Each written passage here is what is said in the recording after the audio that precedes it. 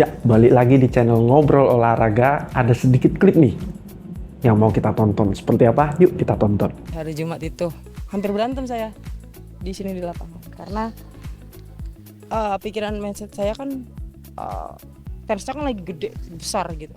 Jadi pada saat saya lupa, pada saat saya tidak bisa mengontrol, lepasnya itu pada saat saya melihat Fadia tidak sesuai ekspektasi saya. Kemarin sempat berantem aku, hampir Fadia hampir tonjok-tonjokan berdua, beneran. Fadia hampir aku tonjok kemarin.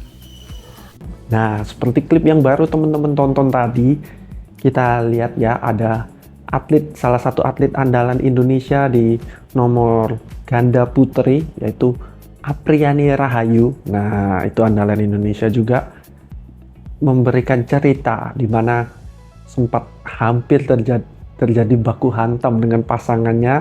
Nah, jadi apa yang bisa kita ambil sebagai pelajaran adalah mungkin pasangan Apri dan Siti ini sudah, Siti Fadia dan Apriani Rahayu sudah tidak cocok lagi. Mungkin sudah waktunya mencari pasangan baru, atau mungkin bisa dipertahankan. Itu mungkin bisa dinilai lagi oleh PBSI nantinya, tapi sebelum itu mari kita bahas sedikit. Nah, jadi Apriani dan Siti ini sendiri sepanjang tahun 2024 ini belum memenangkan gelar apapun ya. Belum berhasil mendapatkan juara di Super Series manapun. Bahkan di Indonesia Master, Indonesia Open juga bisa dibilang belum memuaskan hasilnya. Dan sekarang untuk BWF World Tour, ranking mereka berada di ranking 38, yang bisa dibilang untuk standar seorang Apriani Rahayu masih jauh di bawah standar. Dan kita bisa lihat di Olimpiade 2024 kemarin itu tidak lolos grup, tidak berhasil lolos grup di Olimpiade. Nah, sekarang kita flashback dulu, siapa sih Apriani Rahayu? Nah, Apriani Rahayu ini adalah pemenang Olimpiade. Jadi dia juara bertahan Olimpiade putri, di mana di Tokyo berhasil juara bersama dengan siapa pasangannya? Greysia Polly. Nah, jadi kita pelajari, yang saya lihat adalah kenapa kok Apriani bisa sebegitu jago waktu bersama dengan Greysia Polly. Karena kita melihat, kalau teman-teman mungkin nggak perlu diperkenalkan lagi ya, Greysia Polly udah tau lah, karena cukup terkenal. Dan Greysia Polly adalah pemain yang senior dan sudah sangat matang. Bahkan bukan senior lagi, seniornya senior waktu zaman bermain dengan Apriani. Karena Greysia Polly, sedikit bercerita, adalah mereka juara Olimpiade kan 2020. 2 tahun sebelum mengikuti Olimpiade itu, Greysia Polly memiliki rencana ingin pensiun. Tetapi karena dibujuk oleh teman, dibujuk oleh pelatih dan orang-orang terdekat, akhirnya tetap lanjut dan akhirnya luar biasa, mendapatkan berkat yang luar biasa. Di tahun 2020 berhasil juara Olimpiade bersama Apriani Rahayu, dan begitu juara langsung pensiun. Jadi betul-betul udah sangat senior lah Greysia Polly. Dan kalau teman-teman yang mengikuti, yang nonton, pasti teman-teman juga tahu Greysia Polly itu memiliki aura wibawanya, itu ada seperti terlihat lah sudah sangat matang, sudah sangat senior. Jadi saya melihat, kalau saya bisa mengumpamakan, saya melihat Apriani Rahayu ini seperti, mungkin kalau kita umpamakan seperti singa ya, yang sangat kuat, memiliki potensi yang luar biasa, raja hutan yang bisa mengalahkan siapapun. Tetapi tentunya akan berbahaya kalau seandainya tidak bisa diatur, ya kan?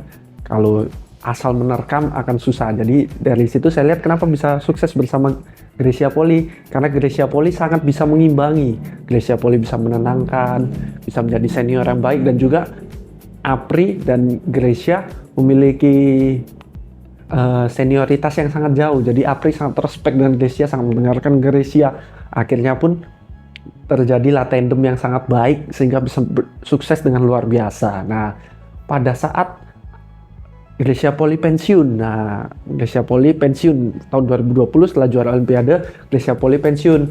Maka orang-orang melihat Apriani sebagai seorang pemain yang memiliki pengalaman luar biasa, yang udah pernah juara Super Series, banyak yang dijuarai bersama dengan Greysia Polly, dan juga berhasil juga juara Olimpiade.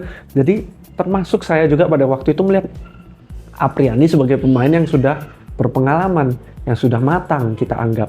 Tetapi kita ternyata lupa waktu itu bahwa Apriani ini pada saat itu ternyata umurnya masih 22 tahun. Bayangkan di tahun 2020 umur 22 tahun, tapi kita berharap untuk si Apriani Rahayu bisa menjadi senior. Maka dipasangkanlah dengan si Siti Fadila ini, untuk kita berharap Apriani menjadi sang senior, Siti ini yang mulai dikembangkan. Sedangkan untuk menjadi senior itu tidak semudah itu, karena seperti kita gunakan bahasa matang lah ya. Contohnya kalau seperti Grecia Poli dan Apriani Rahayu, si Grecia sudah matang. Jadi pada saat proses anak muda Apriani yang bernama Apriani Rahayu yang memiliki potensi ini, Grecia bisa membantu menggoreng, menggodok sehingga bisa matang lebih cepat, matangnya lebih luar biasa, hasil potensialnya bisa keluar semua. Itu bisa dijalankan. Kenapa? Karena si Grecia sendiri sudah matang.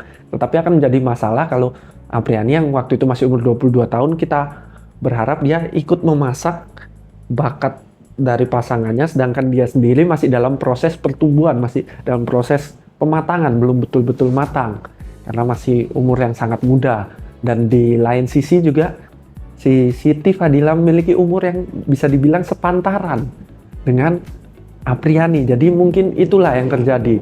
Masalah yang muncul mungkin seperti itu. Yang satu merasa senior, yang satu lagi merasa ya kan umur nggak jauh. Jadi akhirnya mungkin banyak hal yang tidak sesuai. Jadi akhirnya banyak cekcok.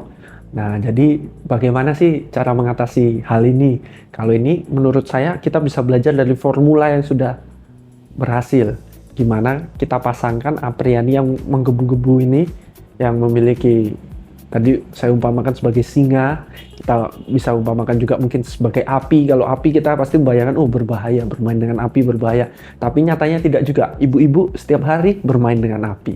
Loh, apa bermain dengan api? Masak pakai kompor, ya kan? Nah, jadi api itu kalau terkendali sangat luar biasa, sangat bisa dipakai, sangat berguna, ya kan? Nah, jadi gimana? Mungkin Apri bisa dipasangkan dengan yang lebih senior. Sedangkan permasalahannya adalah di ganda putri, tidak ada lagi yang lebih senior dari Apri yang cukup berprestasi. Jadi mungkin banyak juga yang berkata bisa dipindahkan ke mix ganda campuran, di mana ganda campuran ada senior yang lebih senior daripada Apri dan memiliki prestasi yang lumayan juga. Seperti salah satu contohnya adalah Preven Jordan, tapi tidak harus Preven Jordan, mungkin bisa yang lain.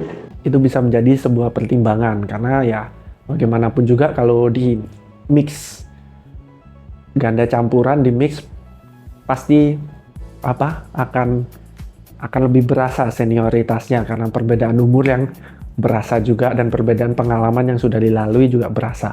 Jadi mungkin seperti itu, Apriani bisa lebih terkendali, terkontrol, baru mungkin nanti saat umur Apri mulai menjadi senior, mungkin mulai mendekati 30 atau sudah 30 nanti sudah bisa dilepas menjadi seorang senior, Apri menjadi senior. Nah, waktu sudah jadi senior, mau tetap di mix, double bisa, kembali ke ganda putri juga bisa.